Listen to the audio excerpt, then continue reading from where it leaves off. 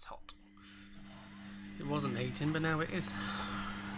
This is the infamous single paddle 6 kilogram Zanussi. I mean, what were they thinking with that?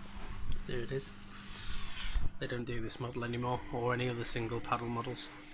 Surprisingly, when the load is full, it does actually pick it up and move it about rather well. And it does very high rinses and spin washes.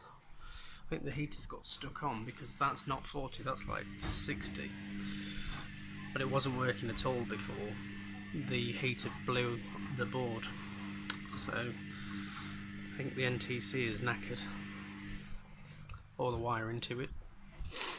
But I'm not going to complain because it needs a clean.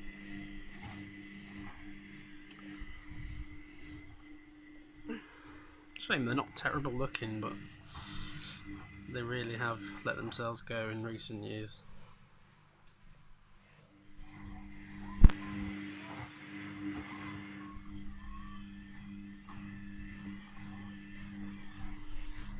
The old faithful.